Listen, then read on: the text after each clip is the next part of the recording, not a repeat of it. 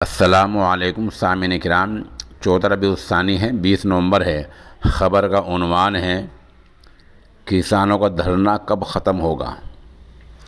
ज़ाहिर सी बात है, वज़ीर आज़म ने जो ऐलान किया है तीनों ज़री कृषि क़वानीन की वापसी का, उसके बाद सबसे बड़ा सवाल ये है कि किसानों का धरना कब ख़त्म होगा।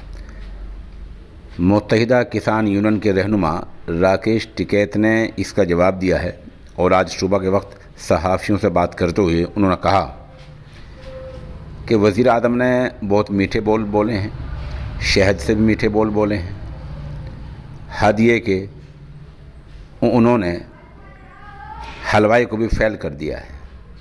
टिकैत ने एक जामे इस्तिलाह का इस्तेमाल किया और कहा, हलवाई को तो ततई ये भी नहीं काटते, वह वैसे ही मक्खियों को उड़ाता रहता है।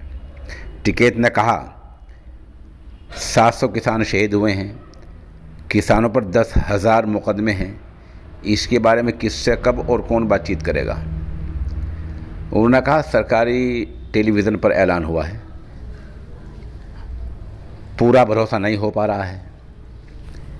किसानों के दीगर इश्यूज़ भी हैं, उन पर बातचीत होनी चाहिए। वो हल हो जाते हैं उसके बाद देखेंगे।